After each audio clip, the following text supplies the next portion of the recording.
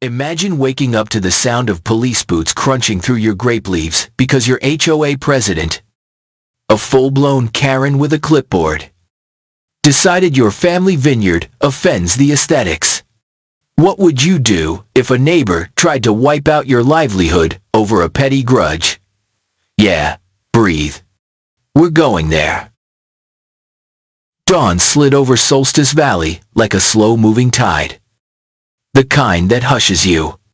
Mist curled between grape rows, soft as church whispers. I was out there before the sun knew its own name, about 5 in the morning, coffee in one hand, pruning shears in the other, feeling the steadiness I only ever found among vines. Then the sirens started. Not loud at first, more like a far-off whine. But they grew. And so did the tightness in my jaw. Radios crackled. 2 officers stepped onto my property. Palms open. Polite but ready. Behind them stood Karen. Perfect hair. Perfect manicure. Perfectly certain she was saving civilization from rural blight. She held up her phone like an Oscar, recording as if justice needed a front-row seat on her socials. Her perfume, something expensive and sharp, cut through the damp earth smell. She looked thrilled, like she'd called the cavalry on a dragon and now expected applause. Morning, I said, calm as I could manage. Sir, one officer replied. We got a report of unsafe structures, traffic hazards, and potential zoning violations. Karen beamed, and I swear I could hear her thinking, gotcha. If you've ever paid homeowners association fees and then found out community standards includes suffocating the people who were here first, you know exactly what that moment tastes like. Like copper and anger. Let me rewind, 'cause context matters. My name is Marcus Lang. A few years back I was a corporate attorney in San Francisco. A suit and tie machine billing $400 an hour and bleeding my soul by the day. Then my marriage blew up messy. Public. Expensive. The divorce shook me down to lint and old receipts. When the dust settled, I landed where I never expected, to my late grandfather's vineyard in Solstice Valley. 40 acres of history, sweat, and stubbornness. He'd planted here in the early 1960s, when the valley was more tractors than Teslas, more neighborly nods than neighborhood apps. The farmhouse creaked like an old man who'd earned every ache. My German Shepherd, Barrel, short for barrel-proof, patrolled like the world relied on his opinion. The irrigation system was older than disco, and the tractor would cough twice before deciding whether it felt like living that day. But the rhythm of the land dew on leaf, sun on fruit, wind in the canyon, stitched me back together. I could breathe here. Enter Karen. If you took a suburban status symbol, gave it a Bluetooth headset, and taught it to say per hour guidelines, you'd get her.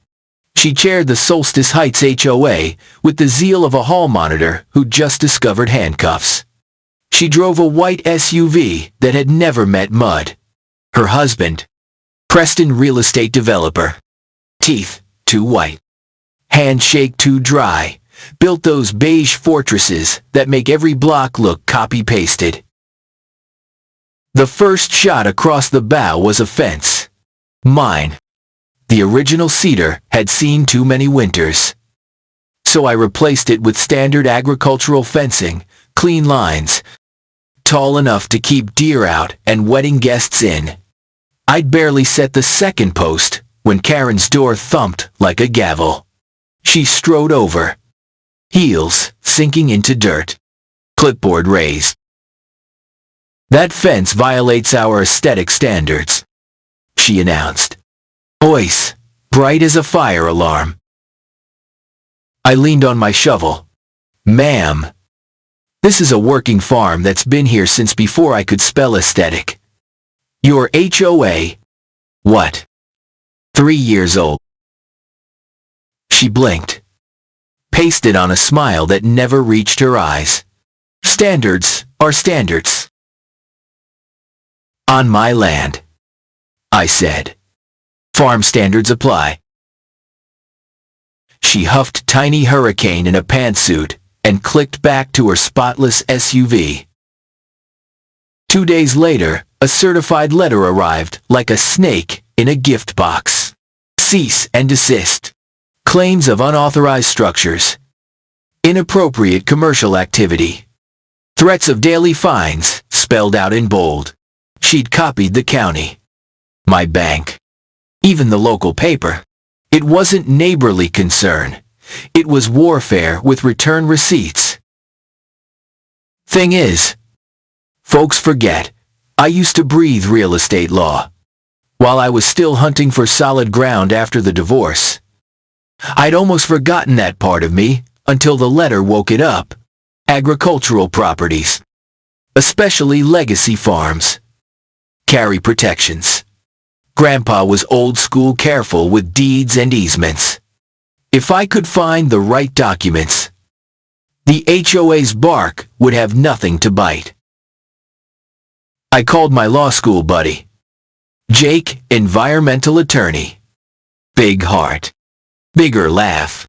Marcus, he said. Sounds like a classic squeeze. Poke the bear all you want, if it's a farm with proper rights. The HOA can pound sand. That weekend I drowned in paper. Dusty ledgers. Old surveys drawn by steady hands. Deeds typed on yellowing pages that smelled like time. I found what I needed in a folder Grandpa had marked with a pencil keep forever. It spelled out perpetual farming rights. Not a suggestion. Not a courtesy. A recorded covenant. In plain English, any future neighborhood would have to live with the farm. Not over it. I drafted a response that tasted like relief. Copies of the deed language. A tidy legal summary. A polite nudge to the county to confirm on letterhead what was already true. I sent it to everyone on Karen's list, including the newspaper editor, who probably expected gossip and got a crash course in land use law instead. A county inspector Rodriguez showed up the next week, apologetic as he stepped out of his truck. Anonymous tip, he said. Eyes commenting on things his mouth couldn't. We spent a few hours walking the place. The barn from the mid-1960s, properly grandfathered. The equipment shed from the late 1990s, permitted, and sound. The root cellar Grandpa dug by hand, safer than half the new garages down the road. The inspector's pen scratched its way toward peace. You're solid, he said. And those legacy rights, ironclad. I thanked him. Barrel approved with one stately wag. So if the fence wasn't the real thing, what was? When pressure doesn't make sense. Money usually does. That night I pulled records. Preston's company had bought, built, and banked on Solstice Valley like it was a slot machine that only paid him. Residential zoning multiplies land value. Agricultural zoning, well, it keeps farms alive. My acreage, 40 stubborn acres, sat right between his completed project and the next one he'd been drooling over. I could feel the playbook unfolding. I'd seen it before, weaponize the HOA. Bury the farmer in letters. Spook the bank. Salt the community with fear about trucks and noise and imaginary flies. Pressure from every angle until the farm folds. Karen's next act was a board meeting, community beautification on the agenda, like a velvet glove hiding a hammer. The room smelled like carpet cleaner and anxiety. 30 homeowners sat stiff as pews, Karen's PowerPoint promised harmony, safety, and favorite word, values. Then came the petition, my farm, she said. Harmed property values and neighborhood character. She pronounced farm like a four-letter word. When she opened the floor, Mrs. Patterson, a retired teacher with a spine like rebar, stood up. Marcus's family kept this valley honest since before we had cul-de-sacs. His vines are why people move here, not to spite them. A few heads nodded. Karen's smile twitched. After the meeting, I caught sight of a sharp-suited stranger whispering with her briefcase that screamed billable hours. They froze when I looked over, then looked away. Subtle, they were not. Karen pivoted to social war.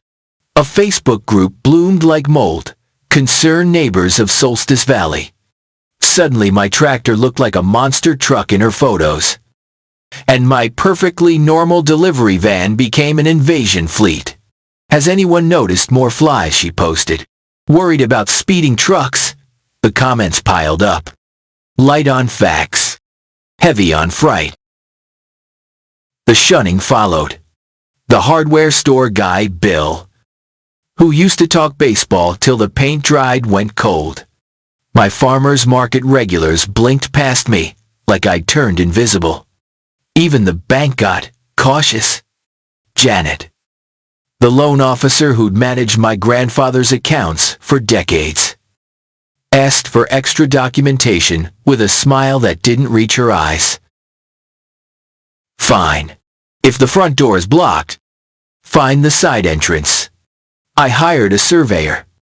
And I ordered a title search, back to the days when the valley was cows and gravel. The results made me laugh out loud. Grandpa had done what smart farmers do. He granted construction easements without selling the underlying dirt. My property line reached 50 feet farther east than I thought, straight through 3 backyards in the HOA. I also found a broad utility easement etched across the valley like a spine road access. Power, water rights, no HOA could choke. Karen staged a safety forum, waving identical-looking signature pages like confetti. She warned about drunk drivers from weddings and wildfire hazards from my vines. Which is, sorry, about as backwards as it gets. The room was thin on turnout and thick with fear. I sat in the back and listened while Municipal Coffee tried to stage a revolt in my stomach. The intimidation escalated. Another legal letter, this one with a fancy crest, threatened nuisance claims and immediate injunctive relief.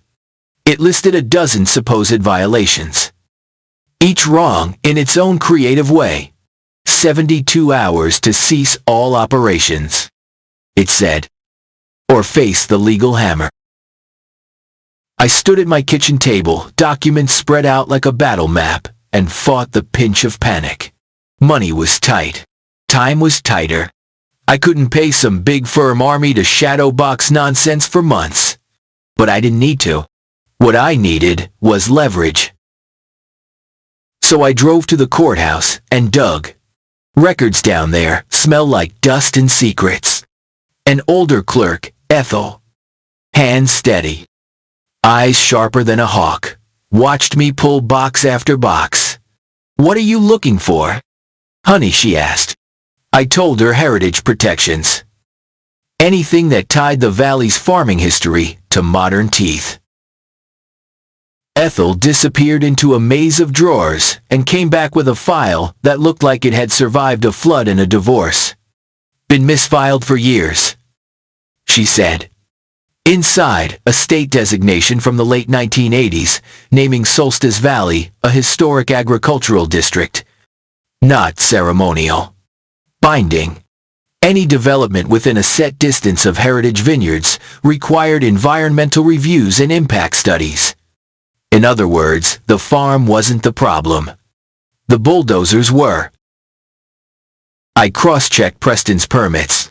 The required studies, nowhere. It wasn't a clerical oops. It was a pattern.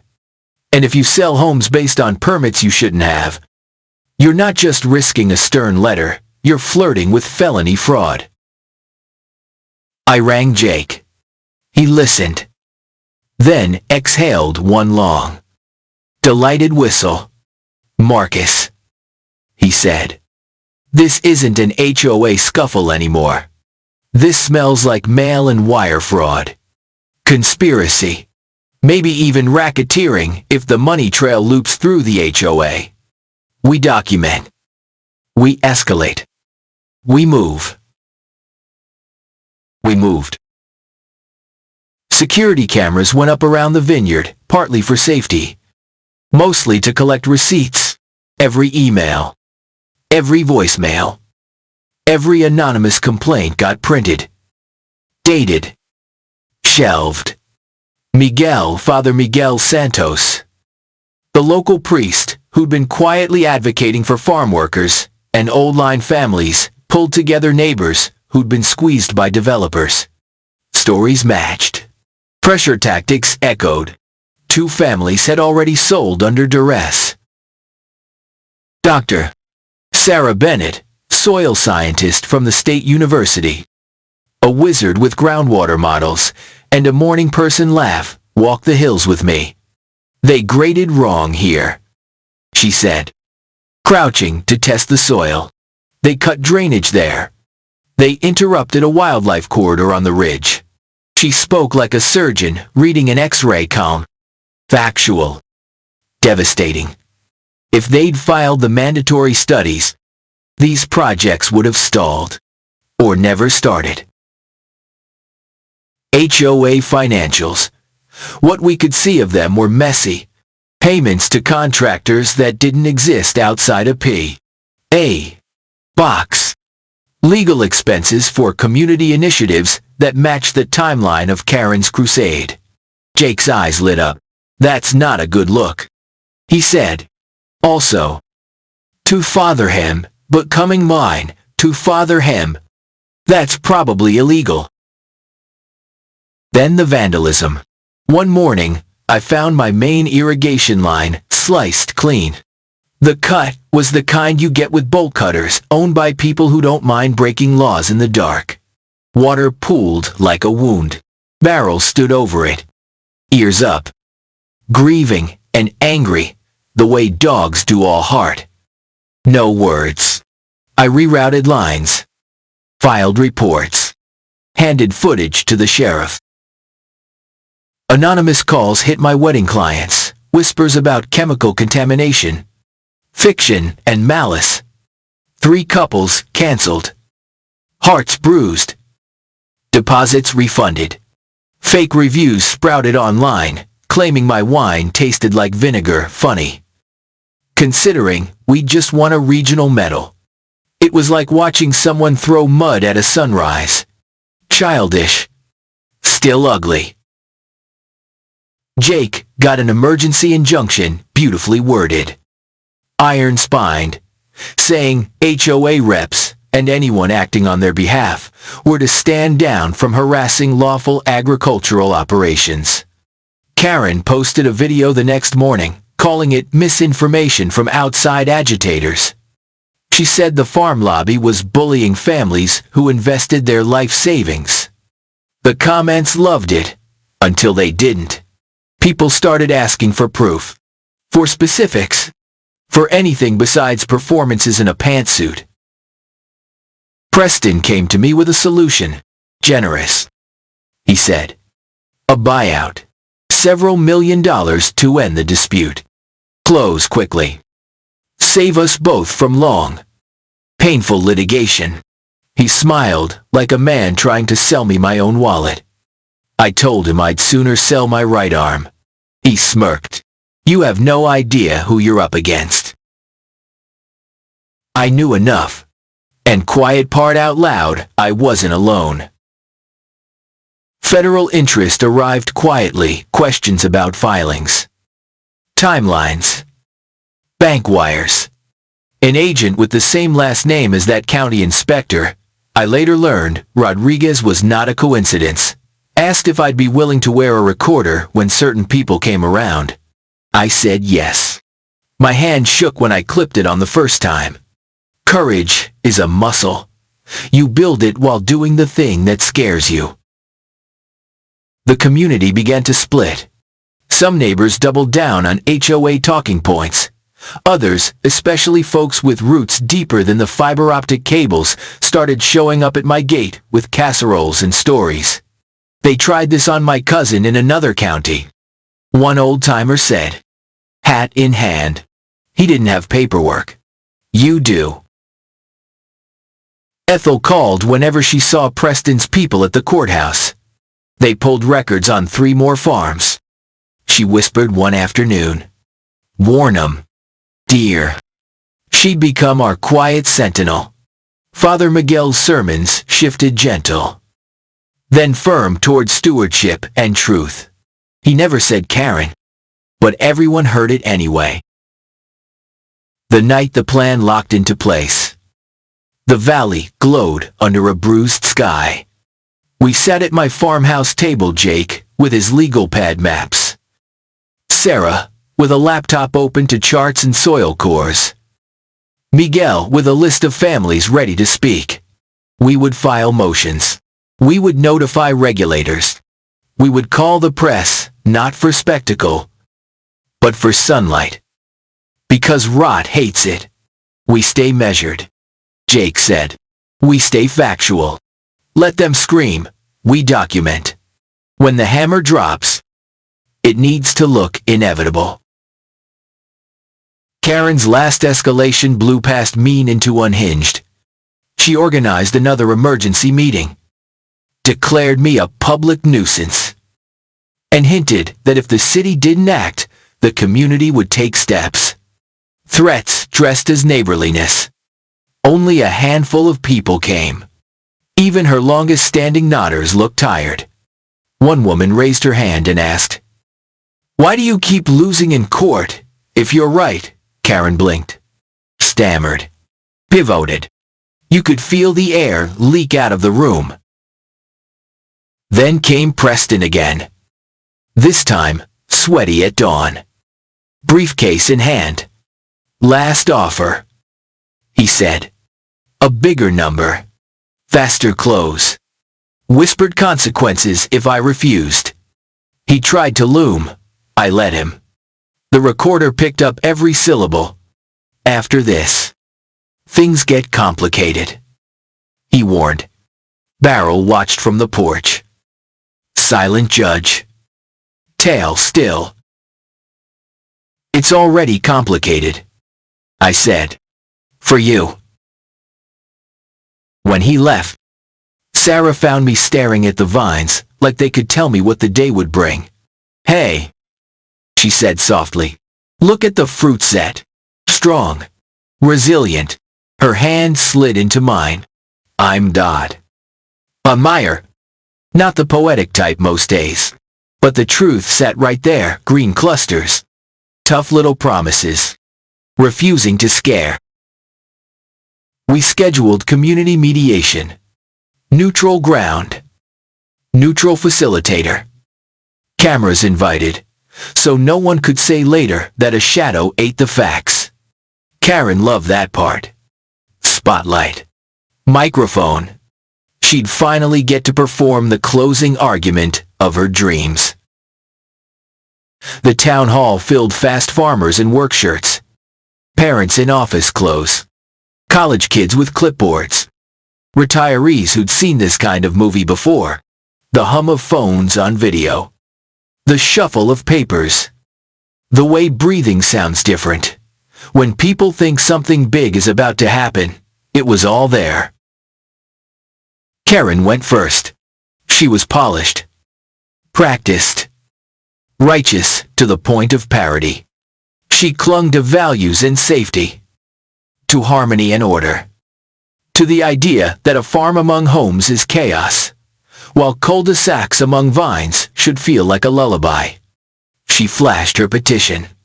She invoked children and traffic and made tractor sound like tank. Preston followed, selling compromise, with a salesman's smile. "Fair market," he said. "For the greater good." He spoke like he believed if he repeated the phrase enough, money would sound like moral clarity. Then, it was my turn. I didn't grandstand. I laid out a timeline. Legacy deeds from the early 1960s. The state's agricultural heritage designation from the late 1980s. The missing environmental reviews. The survey lines sliding under back fences. The utility easements written in ink that hadn't faded. Letters. Photos. Voicemails. Records. Data. No fireworks, just a long, steady fuse of facts, leading right to the present. Sarah explained the science contours cut wrong. Erosion accelerated. Water tables disrupted. She showed maps that glowed like heat signatures of mischief. Miguel spoke of families' names, faces, teen years, and what pressure does to people who don't have lawyers on speed dial. Jake hung it all on law statutes. Case names. Thresholds crossed. Lines not only blurred, but leaped. I finished with a simple note. We've turned all of this over to the proper authorities. I said, we're not here for spectacle. We're here for daylight. A murmur moved the room, part relief, part electricity. Then badges flashed near the doors. Federal agents and state investigators entered. Calm as rain. Hands rested on the shoulders that needed resting on. The room went so quiet you could hear paper settle. Karen sputtered something about conspiracies and outsiders. "This is a setup," she yelled. "He's lying." Her voice cracked on the last word. Preston's lawyers tried to talk over the oxygen disappearing from the room. I could have said something dramatic.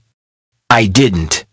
I just stepped back, put a hand on Barrel's head, and let the process work. You could feel anger turning to understanding, fear turning to focus. Sunlight was doing what sunlight always does. 6 months, 6 very long months later. The valley breathed differently. Courtrooms echoed with the sound that means accountability. Preston faced years he hadn't planned for. Karen faced consequences she'd once reserved for other people.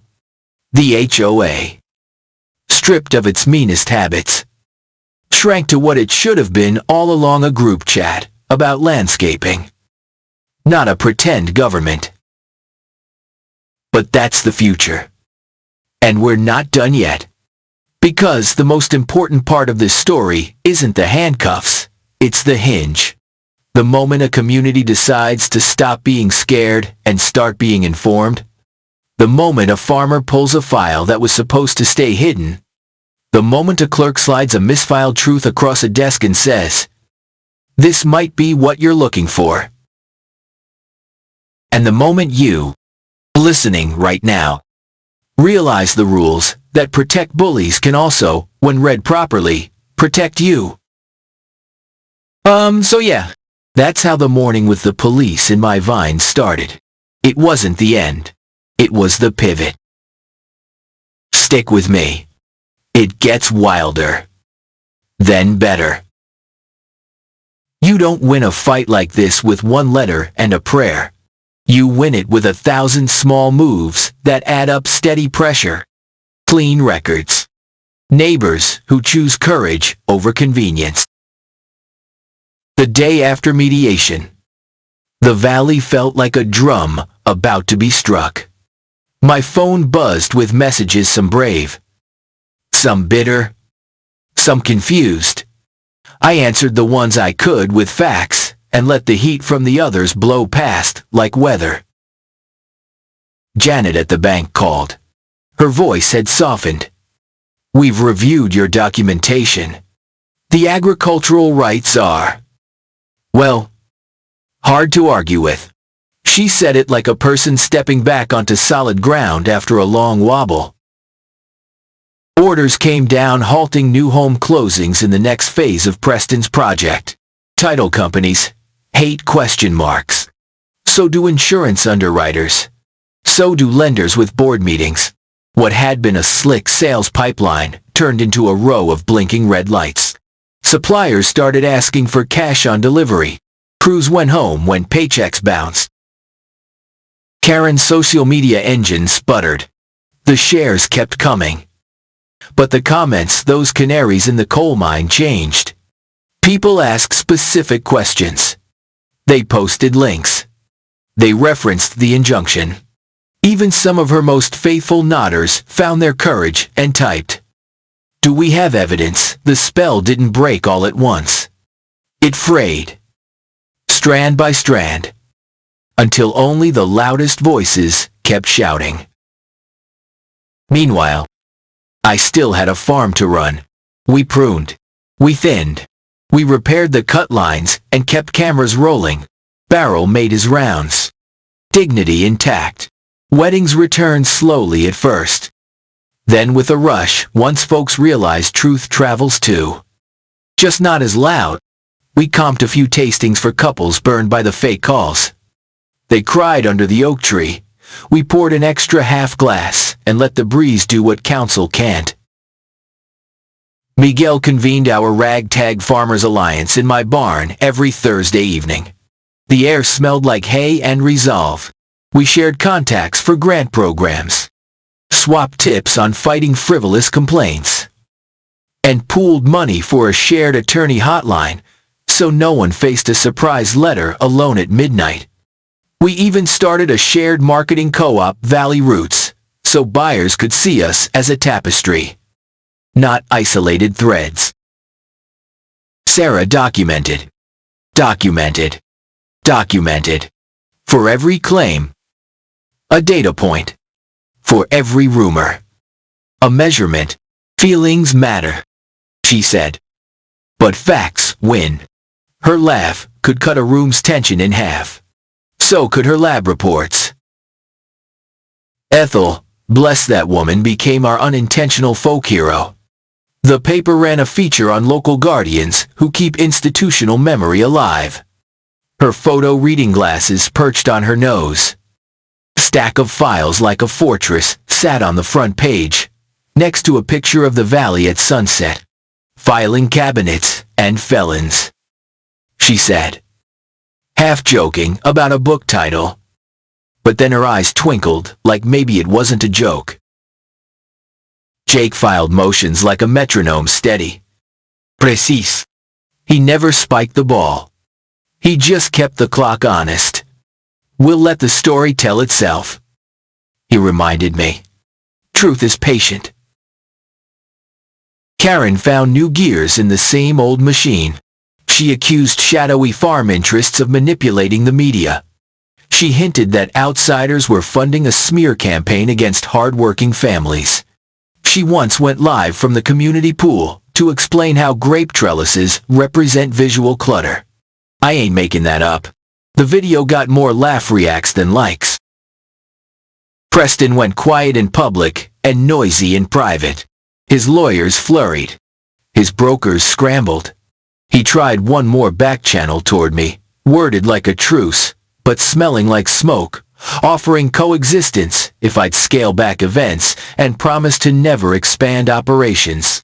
We just want peace, his guy said, like a man who'd just discovered the concept. I told him peace wasn't the absence of tractors, it was the presence of integrity. On a blue-skied morning, the State Environmental Board arrived for a site visit, the formal, clipboard kind. Sarah walked them through her findings. They nodded. They measured. They listened. They asked Preston's team for the studies he was supposed to have filed years earlier. The answer was a lot of throat clearing. Then silence. A week later, the first official notices landed. Not showy. Just definitive. Work stoppages pending review. Requests for remediation plans. Questions about compliance. It wasn't a dam bursting, it was a series of doors clicking shut. Karen did not take it well. At the grocery store, she cornered a news reporter and launched into a tirade about outsider regulators trying to destroy the American dream. She gestured so wildly, she knocked over a display of canned peaches. The clip circled the valley faster than a rumor. Neighbors started coming by to apologize. Some did it with words. Some did it with pies. One guy fixed my gate latch because, I've been avoiding you, and that's dumb. I told him we were good. Because we are. Moving forward is lighter than hauling grudges uphill. Harvest arrived on a morning that smelled like apples and dust. Volunteers, new friends, and old, showed up with gloves and playlists. We picked in rows. We sang badly. We cursed the sun, and then thanked it. Barrel trotted the perimeters. Proud. Tired. Noble, as an old king. We crushed fruit that evening, while twilight bruised the horizon. The juice ran ruby and promising. I felt my grandfather in the way the equipment hummed. In the particular kick of the pump under my palm. In the relief that comes when all the planning finally meets the world. That night, under the string lights near the barn, someone toasted to stubborn vines and stubborn people. We laughed. Then we got quiet. Like a shared prayer had just finished. You know that feeling when a storm finally realizes the roof is going to hold? It was that. There's a special kind of silence that descends on a place after truth wins a few rounds. Not victory silence. More like the quiet of a field at dusk, work done. Tools put away. Crickets coming on. The investigations kept grinding. You can't rush that kind of machinery. Jake kept us informed without spilling details we couldn't hold. It's moving. He'd say, not fast. Correct. I learned to love that word, correct. Meanwhile, we built, not walls, bridges. Miguel's alliance grew into a valley-wide coalition, vineyard folks and olive growers, goat cheese makers, and beekeepers. We set up farm tours for schools so kids could see where food actually starts. We added Saturday workshops, how to prune, how to compost, how to read a deed. Parents who'd only known cul-de-sac life started getting dirt under their nails on purpose.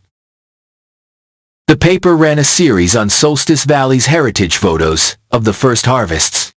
Interviews with elders. Recipes from families who'd been here since the roads were dust and prayer. Pride took root again where panic had been. Karen tried a recall election stunt to distract from the legal mess. The turnout flopped. Folks were tired. Tired of yelling. Tired of waking up angry. Tired of feeling like every front yard was a battlefield. Even people who didn't care for me much had stopped caring for endless drama more. Preston's empire, built on speed and grin, couldn't survive the slow, bright light of scrutiny. Properties under contract sat. Prospective buyers read headlines and walked. Lenders saw the words pending investigation and closed laptops. One by one. Crews vanished. A half-framed house stood at the edge of his development like a bleached rib cage. Stark against the hill. Still. I woke some nights with the old fear sweating through my shirt. What if there's a twist? What if they wriggle out? I'd pad to the kitchen. Pour water. Watch Barrel breathe. And talk myself back to the facts. Not gossip. Not hopes. Facts. Rights recorded. Studies missing. Injunction standing. Investigations ongoing. Community awake. Sarah moved a box into the farmhouse. Then a plant. then a drawer full of mismatched mugs. One evening, she didn't leave. And the place felt instantly correct in a way I can't explain. She'd stand in the rows with me, looking at the same vines, seeing layers I couldn't micronutrients, capillarity, the 1,000 tiny decisions of plant will. Life wants to live, she'd say, sweeping her hand over the field. We just need to stop making that harder. Our dog's Barrel, and the rescue we named Justice, because sometimes you earn the on-the-nose patrolled like furred sentries. They learned every sound the wind makes by season. They also learned Karen's SUV, and announced it with a choir of low, unimpressed woofs. The day the state issued formal findings, the sky wore that blazing autumn blue that makes you squint and grin. The report didn't throw fireworks, it stacked conclusions. Required environmental studies had not been performed. Grading and drainage had violated established standards. Certain approvals were granted in error. Recommended remediation plans, fines, audits, and most telling referral to other authorities for further action. Jake looked like a man who had run a marathon and finally saw the finish line banner. We keep steady, he said. No gloating. Karen posted a selfie with a caption about witch hunts. I scrolled past. My thumbs have learned to save themselves. That weekend, we hosted the Harvest Open House. The valley came. Families wandered rows. Kids buried their noses in basil and made faces that said, I didn't know leaves could smell like pizza.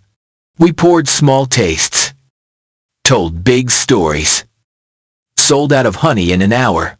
The band on the flatbed truck played covers. Everyone knew the words too.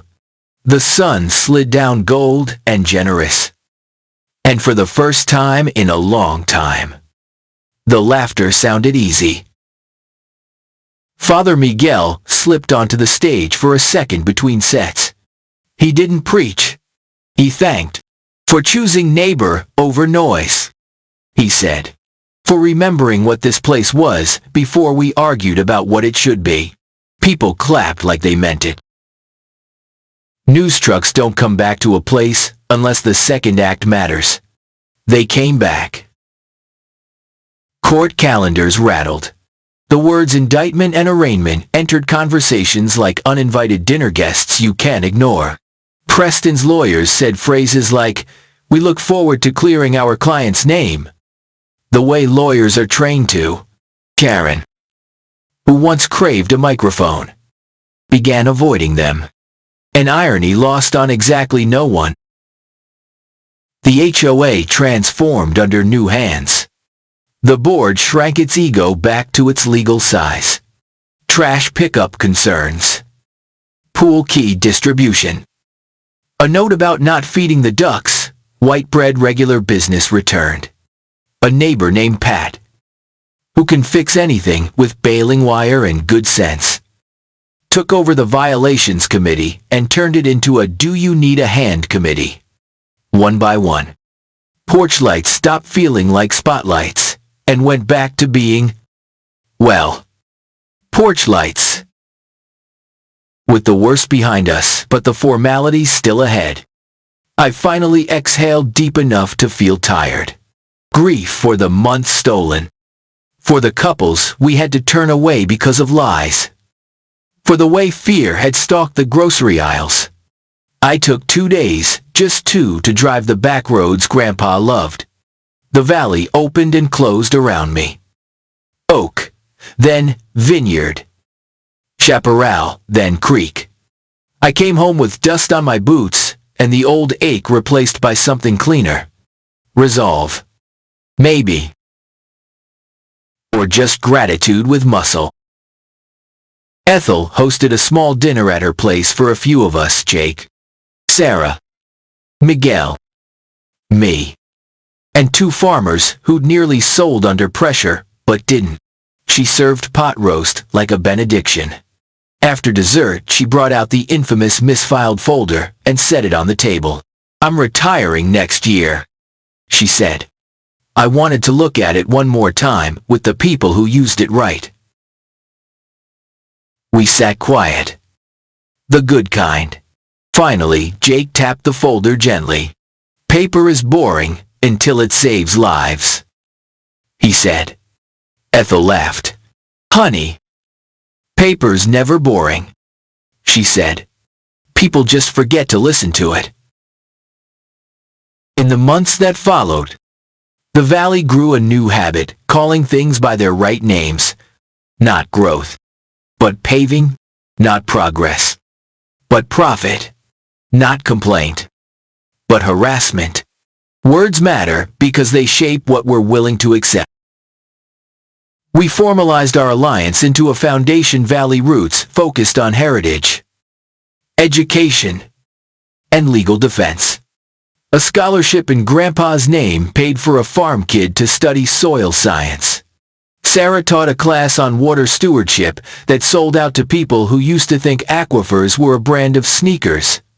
Miguel led community circles where folks could tell the truth without losing face. You heal a place by letting it speak. It ain't fast, but it takes. Karen moved away quietly. Without the parade she once demanded for every opinion. I wish I could say I felt nothing. Truth, I felt relief. And a sliver of pity for the part of her that believed control could fill a hole it never could. Preston's houses, the ones built wrong in the wrong places, stood empty under court order. Weeds took them first. Then birds. The half-framed skeleton on the ridge finally came down. One careful piece at a time. Like a bad idea being dismantled. When the first formal sentencing hit the paper, I read it at the kitchen table where I'd once laid out letters like a triage ward. Barrel thumped his tail. Justice snored. Sarah poured coffee. We didn't cheer. We breathed. Some endings arrive with fireworks. Others arrive like a sunrise you watch without talking until the world admits it's morning. Maybe the best revenge isn't revenge. Maybe it's building something so sturdy that pettiness just slides off. Our wine started landing on lists we'd only dreamed about. Not because of the drama, though that's how some people first heard our name, but because the fruit sang. The season we nearly lost taught us to listen harder. We learned which block asked for shade and which begged for patience. We moved harvest by a day and captured a note we'd never found before. People tasted it. They didn't know the meanings and motions behind it, only that the glass felt alive. We planted a demonstration plot with heirloom grapes. Grandpa had once muttered about reviving. Too fussy, he used to say. Then grin like that made them worth it. Kids on tours now get to taste history. Tart and surprising. Their faces doing that roller coaster thing between pucker and delight. Every Saturday, a long table appears under the oaks for whoever wants to bring a dish and a story. Sometimes there's brisket. Sometimes there's lentil stew. There's always bread. The rules are simple. Introduce yourself by first name. Share the recipe if you want. And listen when someone tells you how long it took them to get brave enough to show up. A journalist asked me on camera what the lesson of Solstice Valley is. My mouth opened and changed its mind. I finally said, pay attention. Record everything. Stand with the people who were here before you. Plant trees you'll never sit under. He nodded like he wanted a soundbite and got a manual. That's fine. Manuals save time later. New families moved into Solstice Heights. Folks who didn't want a war. Just a place to grill and raise kids who'd find salamanders in the creek. They showed up at our workshops with earnest questions. What can we plant that won't steal water? How late is too late for music? Who picks up this county road if we do a cleanup? Those questions used to catch in my throat. Now they feel like friendship trying on work gloves. Every so often I catch myself waiting for the other shoe. Trauma leaves clocks in your bones. Then I smell ferment yeast and fruit doing their dance, and the clocks hush. It's hard to argue with chemistry that old and generous. Do I forgive Karen? I don't know if that's the right verb. I release her. She doesn't get to live here rent-free in my head anymore. She made choices. So did we. Consequences landed where they were owed. We're busy. Jake started teaching a clinic for law students on rural rights. Sarah and I got engaged quietly. Under the oak, where so many good announcements like to happen. Miguel's church opened its hall on weeknights to host classes on seed saving and tenant rights. Ethel did. In fact, start the book. First chapter's a love letter to misfiled folders and the clerks who don't let them stay lost. We named a new puppy Hope. Not because we needed it, but because it needed us. On the anniversary of that siren morning, the valley woke to fog again. I stood where I'd stood, coffee in hand. Pruning shears on my belt. Dogs making their rounds and listened. No radios. No boots crunching where they didn't belong. Just birds. Just breath. Just the ordinary holiness of a day on a farm that knows its name. So, what would you do if your HOA tried to steamroll your family's legacy? Would you fold? Or would you fight with facts? Anyone else had a HOA do this to you? Drop your story in the comments. Your experience might be the map someone else needs. And hey, if you're watching from a porch, from a kitchen table, from a vineyard or a city block, wherever you are, remember when good people link arms. Learn the rules. And refuse to be bullied. The bullies always lose. Maybe not right away, but always.